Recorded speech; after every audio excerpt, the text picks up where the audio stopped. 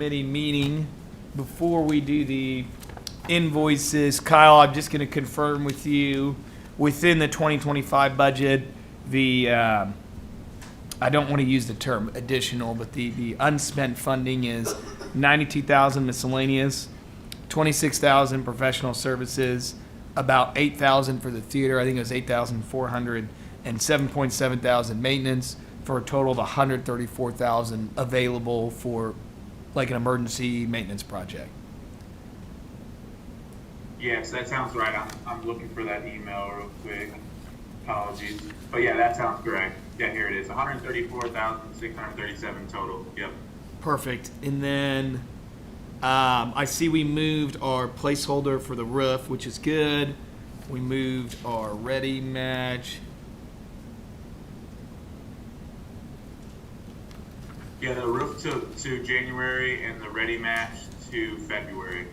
Perfect. Then so I confirmed with Chris, what we do have is a contract for the roof engineer or the roof consultant to come in, and then he'll give us the number to bid, and he's going to do that probably after the new year. And then December's allotment was 289, budgeted 280. Sorry, November's, right? December. Yeah, December distribution was 289,000 compared to 280,000 in November of 24, which is also what we budgeted because we just flatlined it. So that was about $9,000 higher, which is about 3.4% higher, which is exactly where the growth was last month. So the annual growth for food and beverage is right around 3.4%. Got it. Annual growth at 3.4%. Okay. Thank you. Now we will move on to a couple of invoices. So I'll go through these and we'll approve them en masse. The first is $5,000 for RJL. We missed one. Yeah. So we have two RJL invoices because we did miss one. That's on us. It happens sometimes. From August, Lynn filling of $756.44. Baker Tilly for $1,705.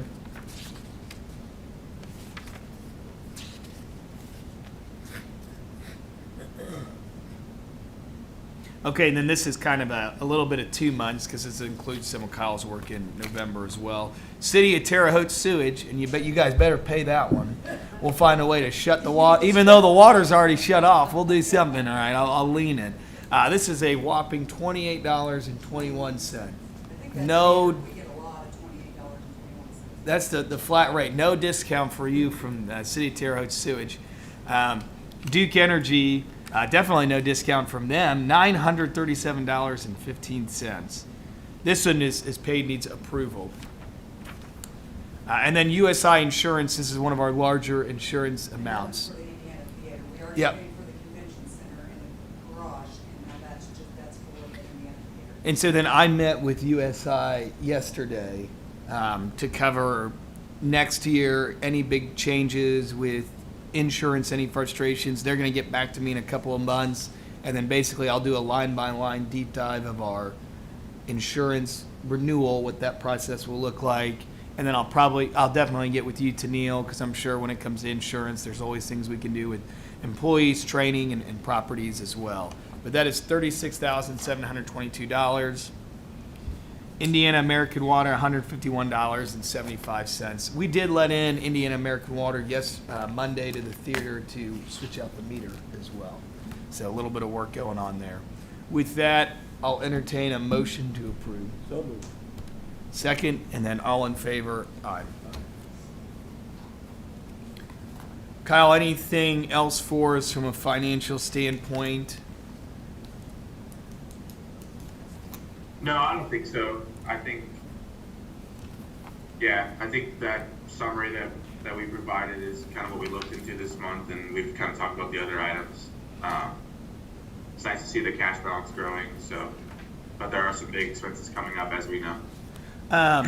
I do have a question, and this is probably more for Brady and Tammy as well. Actually, it's probably better for our treasurer, but is the CIB money pooled in one of the other large county accounts, or does it have its separate account? So do we recognize interest with our CIB dollars? Is it an interest-bearing account? I don't know if it's a separate bank.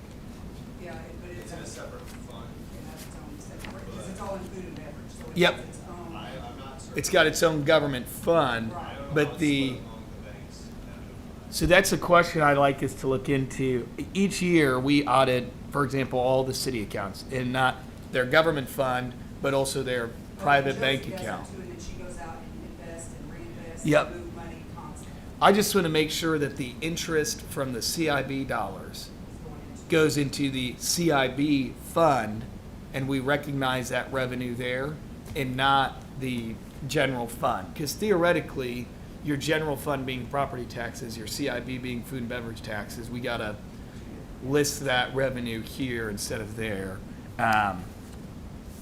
But that's just some minute, and it really wouldn't be that much for a couple $1 million in the grand scheme of things, but it is revenue that we should be recognizing and keeping track of, and could help with projects. Thank you. So with that, I'll entertain a motion to adjourn. Hey, can you approve the minutes from the last? Ah, yes, I will approve the minutes for Brady. Good catch. With that, I'll entertain a motion to approve the minutes from the November Finance Committee meeting. Second. All in favor? Aye. We'll pause and pause 15 seconds for station identification. This is Don Fisher, voice of the Indiana Hoosiers Radio. But we'll also pause and get ready for our general meeting at 9 a.m.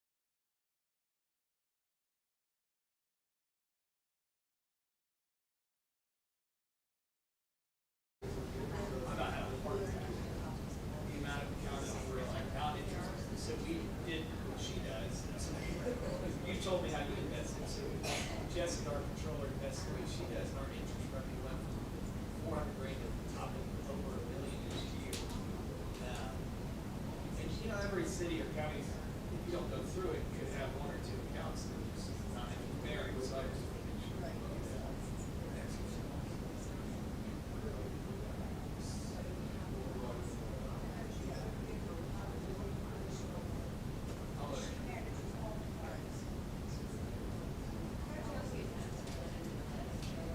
No, that's what it should.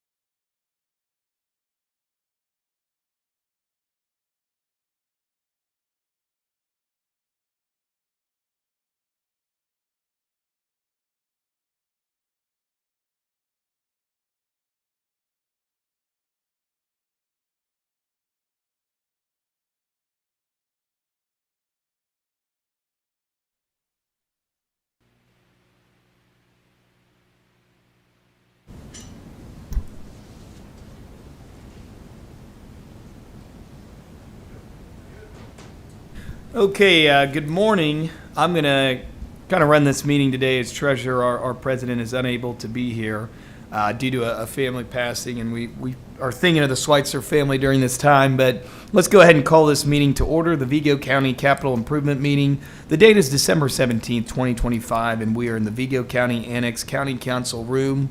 Could we get a calling of the roll, please, by the auditor's office? Sure. Chris Schweitzer, John Marvel, Brian Koistra, Karen Dyer, Tony Brewer, Emily Crapo, Brandon Sackman. Here, we're going to entertain some additions or revisions to the agenda. I do have one under new business. That item would be labeled 6.1 theater improvements, and I'll discuss that a little bit more during new business. With that, I'll entertain any comments or additions or revisions to the agenda. All right. Hearing none, we'll go ahead and entertain a motion to approve the minutes from November 19th, 2025. Motion made by Brian Koister, seconded by John Marvel. We'll go ahead and take a vote on that. The ayes. Any nays? Motion passes. Let's start now with old business at 5.1, update on convention center management. We'll go ahead and welcome the Oakview Group. Good morning. We're reporting on the month of November. So in November, we had 12 events that we hosted, which accounted for 14 total days. Total attendance for the month was almost 1,500, and gross revenue was around $97,000. Some of the events that we hosted in November, just to name a couple that I wanted to highlight: Wabash Valley YMCA and VNA and Hospice of the Wabash Valley Employee Recognition has been here 4 years in a row, continue to come back year over year. And the Illinois State football team was their second time for us feeding them while they were here playing ISU. So always glad to continue to host the same events again too. As far as maintenance in the building, we have a water leak and a fire line above our freezer that's accumulating some ice buildup inside there, and so Corson's going to be in the end of the month to make that repair for us, and they're going to be back to do hood cleaning before the end of the year as well. We have a lock on one of our roll-in coolers that's broken that Pepsi is actually servicing for us. Pepsi's been able to pick up some of the service contracts that B&B had since they've gone out of business, so they've been working with us. And then no big safety incidents other than we just go through our monthly fire inspections, AED checks. For sales and marketing, for the month of November, we contracted 7 events totaling $24,000 in business, and then the sales team is working 51 leads for future business, which is a little more than $648,000 in revenue and 1,800 room nights. And then they've got 26 contracts that are out, more than $274,000 in revenue and estimated 520 hotel room nights.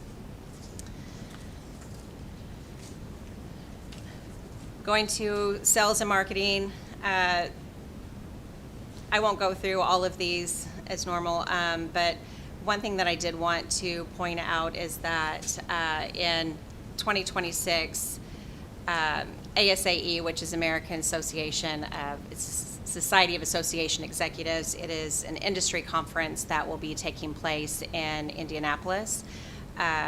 We will be partaking in that event. Every year, Oakview Group gives the CVB funds for marketing, and Karen's committed to doing a booth at that show. There's 3,000 meeting planners that will be here in our backyard, so we'll have a booth location in the Indiana section, so we'll be able to hit a lot of those meeting planners. So we're really looking forward to putting a campaign together for that event. You can see some of the advertising and promotions over here. We did have breakfast with Santa that we did have to cancel this past weekend due to the weather and the cold conditions. So that was a hard decision for us to make, but hopefully next year that will work out for us. Moving to the statistics page, you'll see for 2025, we only have 3 events that are left from now through the end of the year, one of those being our New Year's event. Firm and tentative is going to be 0 because we're pretty much closing the year, but you'll see everything has pretty much moved to 2026. So definite contracts, we already have 40 that are contracted for 26 with a little over $400,000 in revenue. 26 contracts that are out waiting for those to come back. and then 34 proposals for the year so far. And I know by the end of the week, I just signed a really big contract the other day, so this number is going to be closer to 500,000 by the end of the year in the definite contracts. So total funnel for 2026 and future is about 1.3, close to 1.4.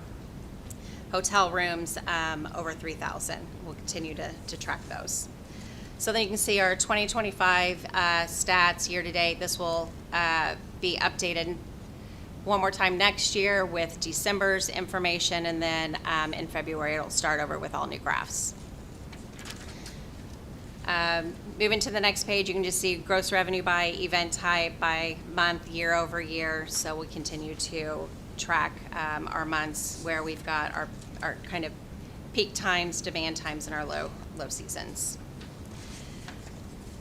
I won't go into all the graphs in that, but going to the museum, attendance since opening is a little over 16,000. Any questions? Tennille, on the bottom of pages 12 and 13, what's the difference between those two graphs? So on page 12 it's just gross revenue by month, year over year, and then the one on 13 shows the pace. So you'll see if you look at December, there's a gray line that kind of shows where we are pacing. So when I start this graph over, each one of these months will have a gray line in it, and it just shows the pace compared to where we end the month. So they're really the same, just one has a pace on it. Thank you. Your New Year's Eve event, how are you guys doing on that? So compared to last year, we're really at the same amount of attendance. And last year we did kind of struggle a little bit with attendance. We've got a lot more New Year's Eve parties in the market, so there is more competition. So we're really pacing where we were last year. Year before, our attendance was better. What are those event details, if we could slowly read them off for our Tribune Star partners here to potentially add to today's article? Absolutely. I should have brought some flyers with me. So you can purchase a table of 10 it's basically $100 a person for the table of 10, and you get appetizers directly to the table, and then there is food all around the perimeter of the room. The food is from 8 to 9:30, and then you can buy a general admission ticket for $80, which is open seating anywhere, and you get the perimeter food, which is still a lot of food. We have the Big Fun Band that will be here performing, so we'll have a little bit of entertainment before the band starts, and then they play till 12:15. So we'll have a bar, cash bar, that is available, and then Pepsi. We always put Pepsi products out for all of our DDs to drink, and you also get a parking ticket, and you get 2 free drink tickets with your ticket purchase as well. It is a black and white theme, so we always have folks that dress to the theme. We decorate it really well. It's a really fun night, and it's a very safe night. And where would someone go online to purchase those tickets? They can go to terrehotecc.com, and they can go to our event page, which will link to Eventbrite, or they can go directly to Eventbrite. Okay, now to my actual line of questioning for the day. So, Tennille, as we take a look at our firm and tentative contracts for 2026 event status, are the majority of those tentative proposals in Q3 and Q4 of 2026? Like, are we focused 6 months out and 9 months out, or how does that lie? They're all over the year. Okay. So a lot of the groups, as soon as we host them, we're getting their dates for the next year. So like last night, I ran a report to look and see what our retention is. Right now, our retention is about 55%. So we've got about 55% of our groups are repeat annual business. So when a lot of those, as soon as we're ending their event, we're getting their dates on the calendar for the next year. So we can hopefully get them the dates that they're looking for. So we do have events that are just spread throughout the year. First quarter is typically a little bit down. Like January, February is a little slower. March starts to pick up a little bit, and then we go up, and then it will drop again in the summer months.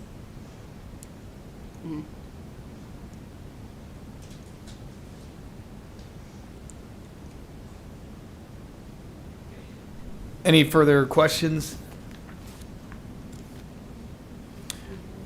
All right, we'll go ahead and move on then to an update on operating budget and cash flow from Baker Tilly.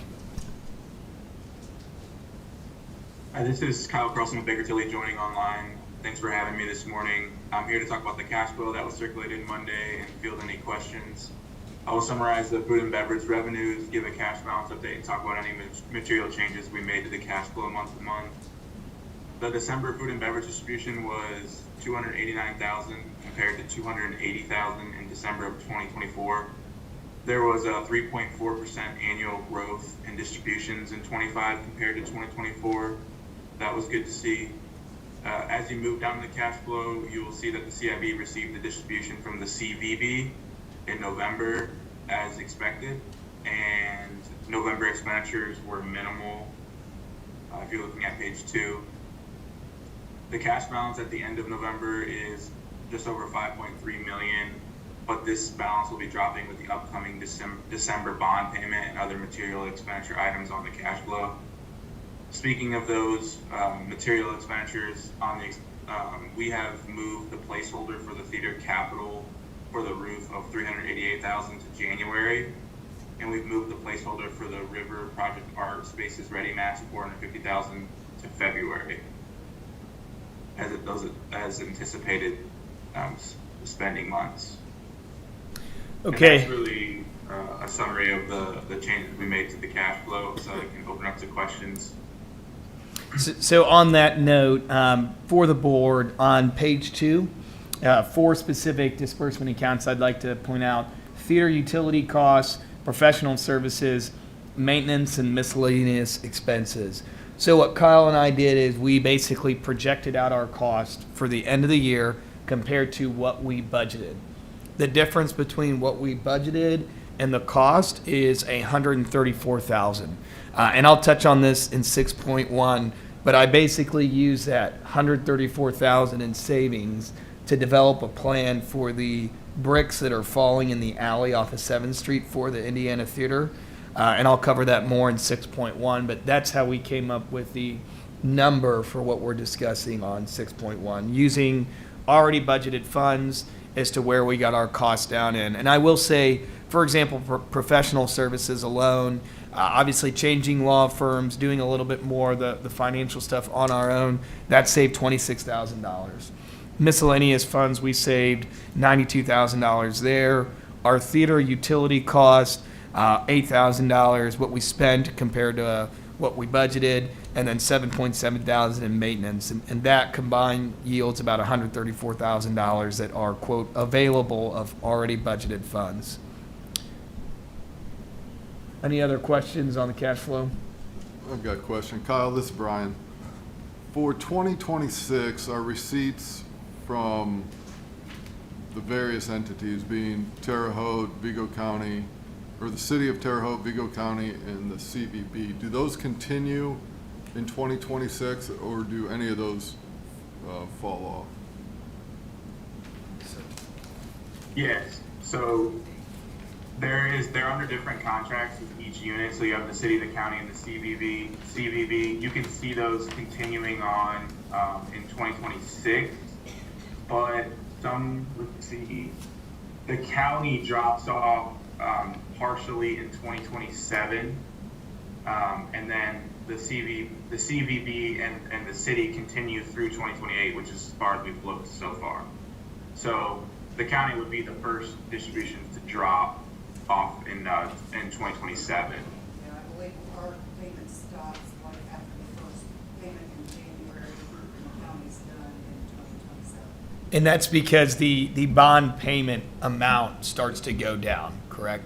Well, and I think the Yeah. county put in more money at the Yep. time, at the beginning of it, the county put in more money, so it made their portion Yep. less, longer than what everyone else was.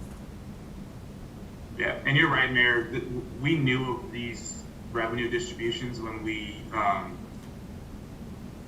were issuing the bond issuance, and so the bond payments come down with these revenue distributions falling off over time.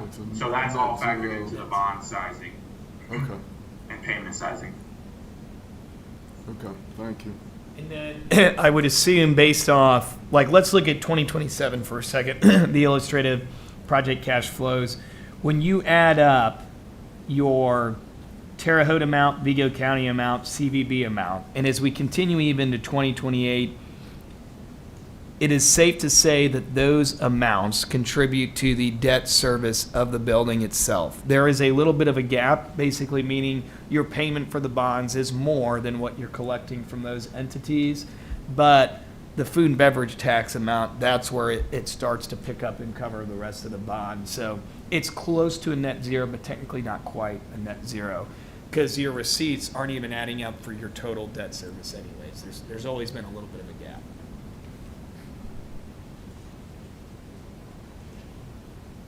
I've got one more question. So Kyle, I mean, if we look at our beginning cash balance in January compared to December, I mean, rough numbers, we gained 1.5 million. Is that what you're saying, over the course of a year? Yeah, so it's about 3.3 to 4.8. Yeah, I'm seeing that. Okay. So on average, we accumulate an extra, what would that be, $125,000 on a monthly basis that is going towards cash.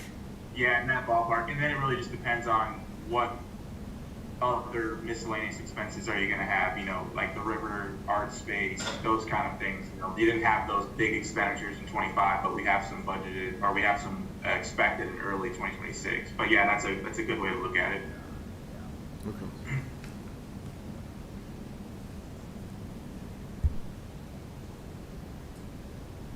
Anything else from the board on operating budgets and cash flow? All right, with that, I will move on to 5.3, update on legal matters from Jeff Lynn today, pinch hitting for Eddie Filling.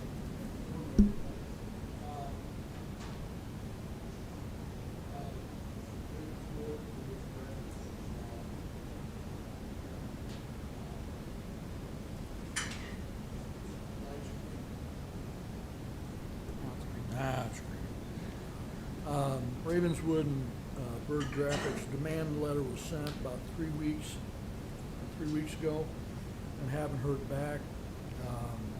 Any further action will take place in an executive session, discuss options. Anybody have any questions about the mechanics of an executive session?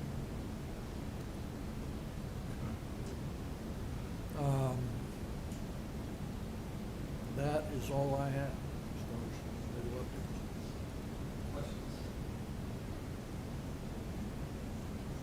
All right, I would say that also encompasses 5.4, which is the update on Larry Bird Museum graphics. Unless anyone has anything else? We're still negotiating. We are still negotiating with the company to change at least two of the graphics. The materials that are being used now is more of a plastic that is not vulnerable to the atmosphere in the building. And that atmosphere has changed over now, and some of the graphics are showing bubbling again. So that's all I have. All right. So with that, I'll go ahead and start new business. Item 6.1 is theater improvements. Essentially what we have done is, obviously some of the bricks were falling in the alley coming off 7th Street. So the city goes out, we block that alley off. There's a little bit of a portion that's open for the folks who live in the apartments next door. But outside of that, that alley is blocked for access. We reached out to a couple of bricklayers and contractors to start getting some quotes for an emergency repair. I used the $134,000. I said, okay, let's take basically 100 of that, just to try loosely say a little bit more than 2/3 of that. So that way we still maintain a healthy cash balance. And then what I'm going to ask for from the board is basically the ability, with the approval from legal counsel, the authority to accept one of the 2 quotes and contracts that we've received for emergency brick repair in a not-to-exceed contract of $100,000. For me personally, and we do this at the city, the not-to-exceed contract allows you to lock in how much you're going to spend on the project. Brian and I met with 2 of the companies on Monday, showed them the site that is creating the biggest issues, and said, if we do a not-to-exceed contract, will you go up there and do some additional work on some other bricks that are getting closer to falling but not quite falling? And they've identified several patches there. Me personally, I talked to them. I said, you just get bricks that match in terms of color. We recognize that we can't get some of those historic bricks, and we really don't have the time to search for the historic bricks to do this repair. And it's super high up anyways. You can't quite see it at eye level. But I did want to bring that to this board for that approval, but first a discussion on the matter.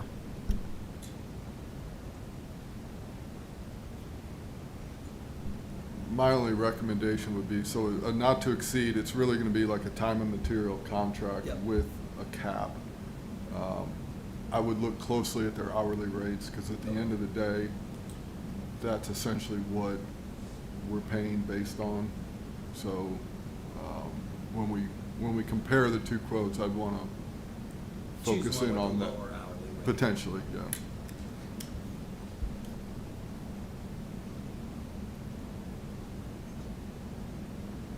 I don't know if I'd solely base it on that, but it would definitely be one of the criteria to look at. Are we looking at repairing the entire wall?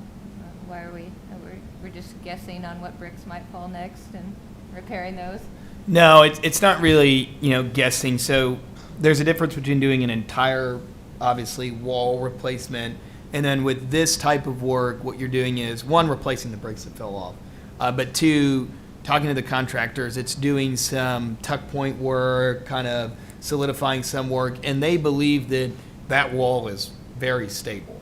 And where the bricks fell, that area is closer to the roof, where some water was leaking in and pooling, and they're like, that's really where you would probably need to do most of your touch-up work. We don't believe that the entire wall facing the alley needs replaced. If I may, I've referred to it, Emily, as kind of selective repairs. I think they're gonna go through and use their judgment, identify areas that they think, are in need of repair, and address those, and, leave the remainder as is. And then I've spoken with both the companies, Emily, on 2-week updates. So basically bi-weekly updates of like, here's the picture, here's the section, here's the rate. So theoretically, we have the ability to shut the project off even before 100,000 if we believe that we, feel comfortable with the integrity of some of the bricks. Do we need to make some roof repair to? Yes, that's a separate, actually, let me also do an update on Theater Matter. So Commissioner Schweitzer, when he was president, was handling a lot of that. What I have gotten is he did sign a contract with Moisture Management. It's at $26,000, and then the weather came on us. So after the first of the year, they will go to the roof. They will identify and develop basically the documents needed to bid the really bad portions of the roof that need fixed. That is that $388,000 that we moved earlier this year that I've now moved to, I believe, February of 2026 as a placeholder. So that's a separate line for a separate project per se.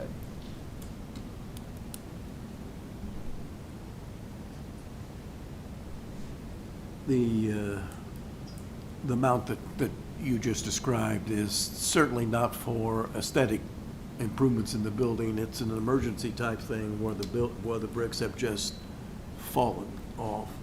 So it is an emergency type situation. One of the downsides of managing a very old building.